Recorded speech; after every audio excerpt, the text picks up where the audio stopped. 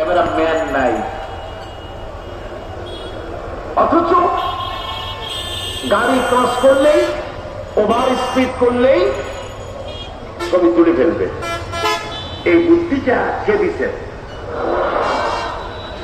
যিনি এই বুদ্ধিটা দিলেন তার কাছে এমন কোন বুদ্ধি নাই যে আপনার আমার অনবরত অটোমেটিক ক্যামেরা দিয়ে জীবনের সব কিছু আমাদের ধরে রাখে, এরকম কোন ক্যামেরা থাকতে পারে পারে কিনা? কিন্তু আমাদের কপাল খারাপ।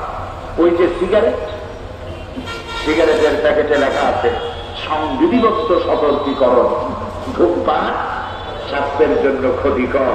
প্যাকেটে লেখা আছে, হাতের মুঠায় ধরিয়া সিগারেট ধরে টাক মারিয়া উপরে ফুটিয়ে টাকায় তাকে পূজায় করত।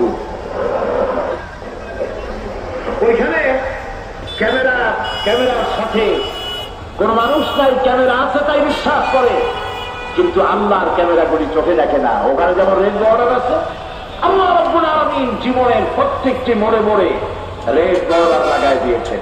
জেনা করো না, একটি রেড সিগন্যাল। মদ পান করো না, আরেকটি রেড, মিথ্যা কথা বলো না, আরেকটি রেড সিগন্যাল। অহংকার করো না, আরেকটি রেড সিগন্যাল। বউকে বেপত্তা করো না, আরেকটি রেড সিগন্যাল। সুদ খেও না, ঘুষ খেও না, আরেকটি রেড সিগন্যাল। অসংখ্য রেড সিগন্যাল দিয়ে আল্লাহ পাক বলছেন তিলকা হুদুদুল্লাহ, এই হচ্ছে আল্লাহর বর্ডার। অতএব আল্লাহর বর্ডারকে ক্রস করো না। কে নিষেধ করেছেন? মানুষেরা বিশ্বাস